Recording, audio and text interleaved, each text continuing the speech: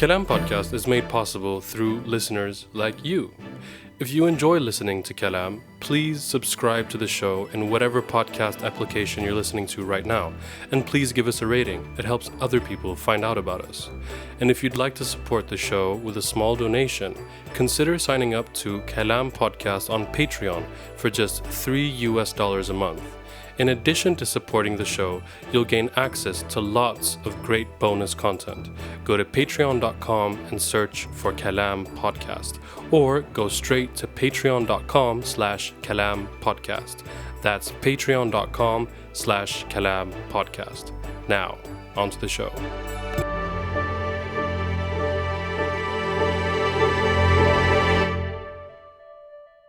Hello and welcome to the 24th installment of Kalam Digest, Kalam Podcast's weekly news summary. I'm joined today by my eminent colleagues Sam Samra and Nora Ad-Din Faris. Welcome to the show, my guys, and Ramadan Kareem. Ramadan Thank Kareem, you. Edgar. كل عام وأنت طيب. Allahu Akram, indeed. And this Ramadan is sort of bittersweet, I can imagine, for a lot of Muslims around the world. And yet in Gaza, there is a full-on Ramadan festive atmosphere, if you can call it that. I'm sure that Nora will expound on this slightly when she speaks about the situation in Gaza later in the show. Coming up, we're going to hear the latest news from Syria, what the PKK dissolution will mean for the future of Syria, Israel's sort of Druze autonomous zone destabilizing effort, as well as the latest minor clashes between members of the Fulul, that is the previous regime forces, and HTS forces. But first, I thought I'd give a short update on the latest from the West Bank. In our last Kalam Digest, I think it was 2 weeks ago, we spoke quite a bit about the war on the West Bank, which we have to characterize it as, I believe, right now. Over 40,000 Palestinians have been displaced. That's the highest number since 1967, when there was a regional all-out war between a united Arab coalition and Israel. Israeli tanks have rolled into Jenin for the first time in over 20 years, and crucial infrastructure has been destroyed. Sewage water has been contaminated, or the sort of water that West Bank Palestinians use has been contaminated by sewage due to Israeli destruction of infrastructure. Roads are being destroyed. Israel is doing its best to displace as many Palestinians as possible in what many believe is the kind of Trump quid pro quo. We will have an episode shortly featuring Yara Hawari, a Palestinian analyst who lives in Palestine, who speaks on the details and what's going on in the West Bank. So it's the situation is still critical, but there aren't any concrete updates or developments I can give you right now. What I can comment on, we've all seen it, the film No Other Land, the joint Israeli-Palestinian documentary, has won an Oscar. The first time a Palestinian movie, or a movie depicting anything about Amazing. Palestine, won an Academy Award. That is pretty amazing, I would say. And this is not without controversy. I bring it up obviously because the movie is about the West Bank. The documentary is about Israeli displacement or Palestinian displacement by Israel in the rural region of Masafer Yatta in the southern West Bank. And this has caused some controversy. Many, I think the overwhelming majority of people, both Palestinian and otherwise, consider this a net positive for sort of awareness of the Palestinian issue. The film is in no way a kind of like a kind of like liberal Zionist vision of a two-state solution. On the contrary, the Israeli co-director, who also kind of is a character in the film, Yuval Abraham, the only time the future is discussed is when Yuval explicitly says, one day, inshallah, there will be one democratic state from the river to the sea. Yeah. That is what every Palestinian faction has been calling for since the very beginning of the Palestinian struggle, from the PFLP to Hamas. So that is quite radical in terms of one's position on Palestine. However, there has been a lot of criticism from, let's say, more hardline or more dogmatic elements of the pro-Palestine movement, saying that Yuval Abraham is a liberal Zionist, or that he espouses liberal Zionist beliefs because he did write articles in the Plus 972 magazine where he spoke about mass rape on October 7th, something that has been debunked, although the occurrence of rape has not been debunked in individual cases, but this systematic mass rape as a Yeah. weapon of Hamas has been debunked. And because he doesn't explicitly say that Jews should leave Israel, doesn't express himself in that way, then a lot of people have called him a liberal Zionist, which I find a bit ridiculous. I mean, to be honest, I'm sure at some point or another he said a lot of things that I might not agree with, but describing his position as a liberal Zionism, especially in the Yeah. film, is, to me, Yeah, that's absurd. This is the traditional left-wing, radical, anti-Zionist yeah, vision of a democratic Palestine slash Israel, whatever you want to call it, for all its inhabitants. yeah, Where it is totally fine to be Jewish and live in Palestine, of course, but that you dismantle the structure of the apartheid structure and the colonial colonial structure of Israel. yeah. This is of course, if you want to actually kill or deport all Jewish people from Palestine, then that's something else. But Yeah, obviously that is not the position. That's not a it's not the position you can position of adopt. Kalam podcast. We can say that. No, very clearly not the official position of the But Kalam podcast. But but I'm just saying, he's not just very, very, very, very progressive to be Jewish Israeli. He's in the position of Mats Penn, basically.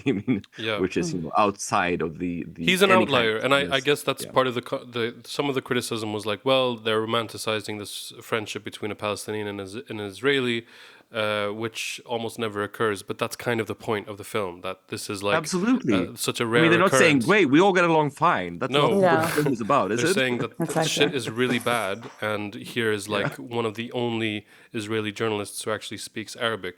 Uh, in the yeah, film, there's a short sequence when Gideon Levy is reporting on Masafer Yatta, and he kind of elbows his way in and uses.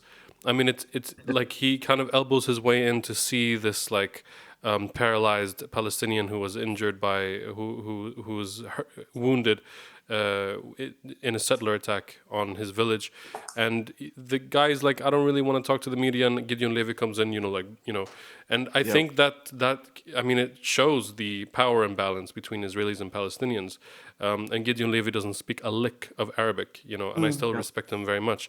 Yuval Of course, he's a is great journalist, but of he's course he is, a very good, and a very important voice. But he's a very good symbol of how, like, even very many progressive, even very radical Israeli Jews are still, deeply alienated from any kind of Palestinian they're still community. first-class citizens Yeah, Yeah. that speak with second-class citizens. It's still an apartheid system, exactly. and they can't necessarily help that.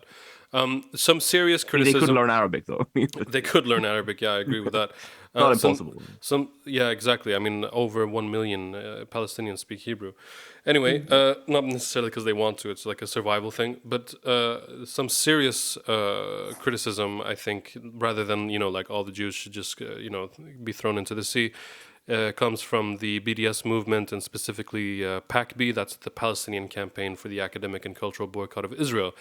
A lot of people have been looking to BDS and PACB for either validation for their positions or just kind of guidance in how they should think about these issues. I tend to think that we as individuals can think for ourselves and form our own opinion, but I get it. It's a sensitive issue, and sometimes you want to get the backing of an organization you trust. And what PACB's position has said, sort of in a long statement, that while they recognize the positivity and the kind of win that this is, that the film receiving an Oscar.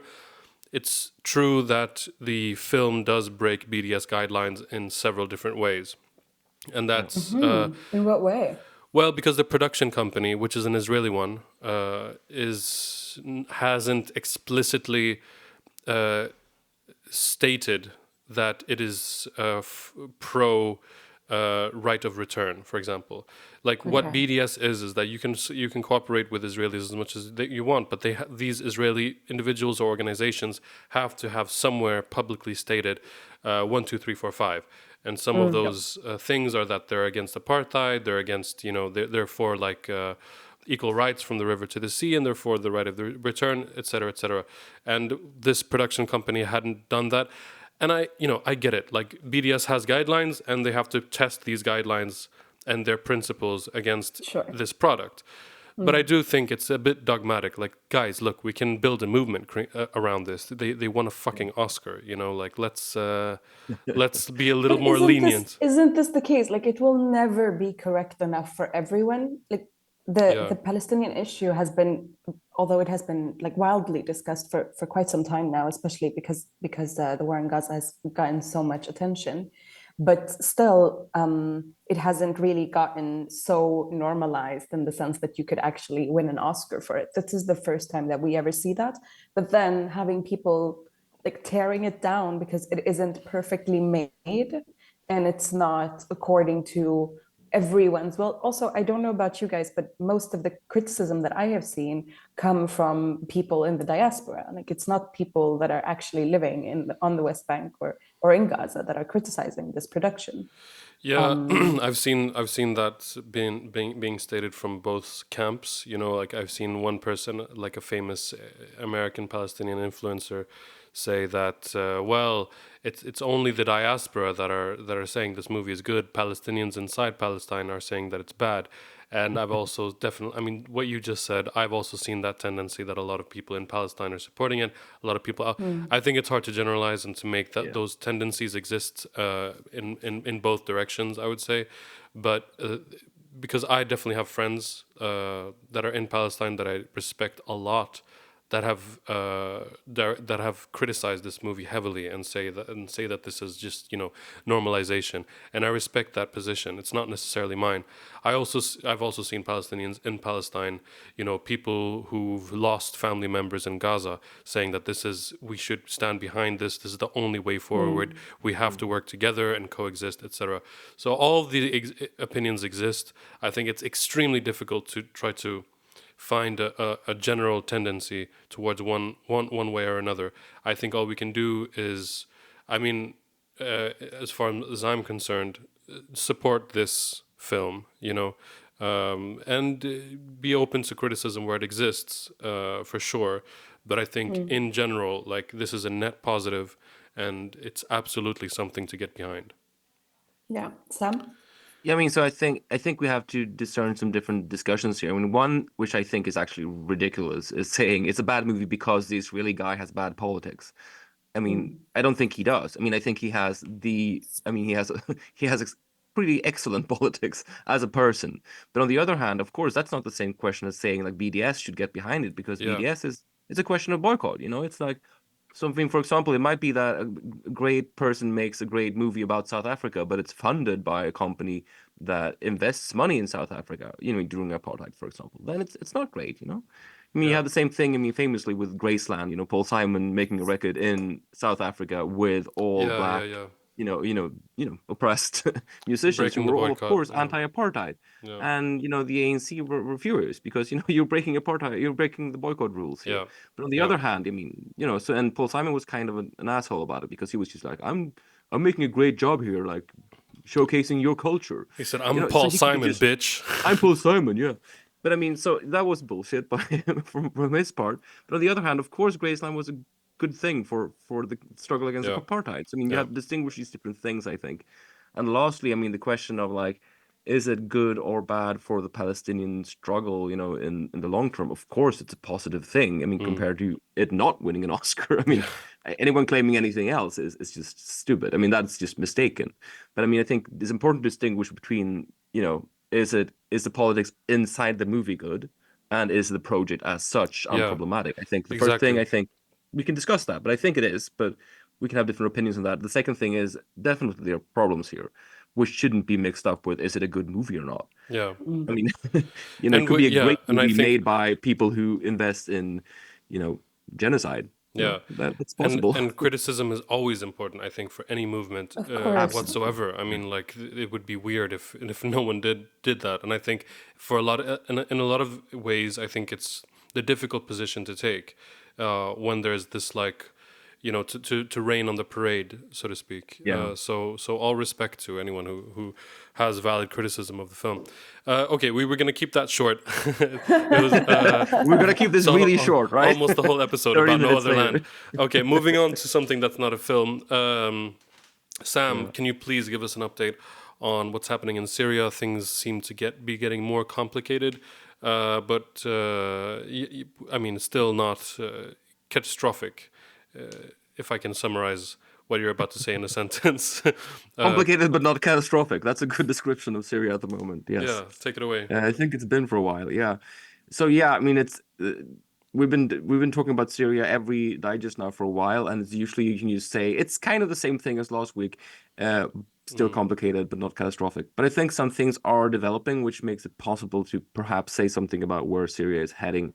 One is Israel is ramping up its incursions into Syria, and they're clearly, I would say, by this point, it's clear that they're aiming to make Syria a failed state. They're claiming that they're defending the Druze population in Syria, and of course, there's one or two Druze people who like Israel, I'm sure, but I'm pretty certain that the Druze population of Syria will do not want Israel to intervene in Syria on their behalf, to be honest. yeah, But so they're bombing all over southern or southwestern Syria. They're claiming or they're demanding the permanent demilitarization of Quneitra, which is the governorate, which the Golan Heights, the occupied Golan Heights, is part of. So they're basically trying to move their positions forward, which is worrying but not surprising. This is exactly what we knew would, or we guessed would happen. But it's still Syria. Israel is clearly not behind this regime. Let's say that. That's something we know by now. The other really complicating thing happening is that there is, for the first time, I think, we can actually say that there are fighting going on between Fulul, as you call them, Edgar, remnants of the old regime, the old Assad regime around Latakia, the coastal areas, which are mostly populated or to a large extent populated by Alawis, the ethnic group from which the Assad family comes. So there's been fighting overnight and for a day or two now. This is very recent. This is very much a developing story. It's been fighting. Around 90 people are claimed to have been killed. According to the regime, it's mostly oppositional fighters. But we're not very sure what's going on. But this is clearly something much bigger than before. We've had yeah. clashes where like 2 or 3 people have been killed, someone has been arrested, someone else has been shot. But this is like some kind of uprising attempt, I would say. And I've seen reports on social media, like videos, but it's hard to discern whether or not they're credible of killed Alawis being dragged through the streets, like Um, on trucks, bodies tied to trucks, like these kind of things. Do you know anything about that? No credible. I mean, I'm not saying they're not credible, but no verified reports of Yeah, any kind of pogroms or attacks generally. And I haven't heard anything, claiming there's on anything broad attacks on Alawis generally. But of course, this is, very, very worrying if there would, if it would turn into kind of an ethnic conflict around Latakia. That would be horrific, and that's what we've been so happy to have been spared so far. Almost no ethnic overtones to the conflict, at least apart from the Kurdish areas, of course. But so yeah, that's something that's very worrying as well. And it's not surprising that these Fulul are strong in the areas where Alawis are historically situated in Syria, but let's see how it develops. But it's yeah, clear that it's something bigger than before. But what makes it questionable to me, at least, is like who would support the people from the old regime. Russia doesn't seem to want to get involved. Iran is basically out of the picture, it seems. They haven't, they don't seem to be trying to do anything properly. I mean, and if it's just local armed groups keeping guns from before, before the fall of the regime, then, it's going to peter out anyway. But yeah, let's keep our eyes on this, and it's worrying, to say the least. Yeah. But so it's what's going on in general here is, I mean, of course, the new regime needs international support. Very, very. I mean, it needs it yesterday, to be frank. Yeah. Europe has lifted sanctions. Finally, it seems that the EU have lifted all sanctions apart from arms embargoes, of course, which is a good step, I think. The US is still lagging behind. No clear information, and right now, basically, as we all know, no clear information on anything is coming out of the US. So we don't really know what they're planning for this. Turkey are, of course, behind the regime. They are negotiating with Iran, back and forth. But, all Arab states, it seems, are also behind the new regime. Saudi Arabia has been very, pushing very strongly for normalizing ties with the new regime, etc. But they need money, and they need, humanitarian aid, and they need support to be able to rebuild the country. I mean, it's 1 million people have returned to Syria since the fall of the regime, and they return to nothing, which needs to be fixed, But yeah, there's also the other story, which we mentioned initially. Perhaps out of all the stories we've covered so far since we started making this podcast, might turn out to be the most historic event of all. Öcalan, the leader of the PKK, the Kurdistan Workers' Party, has called on them to lay down their arms and seek a peace agreement with Turkey. Their armed struggle has been going on in the open since 1982, I think, early 80s at least, and hundreds of thousands of people have been killed and displaced and etc. So if this actually happens, it will be a huge event, not just for the Kurds or for the relationship between Kurdistan and Turkey, but for the whole geopolitical setup of the region, because this issue involves every country we're ever talking about here.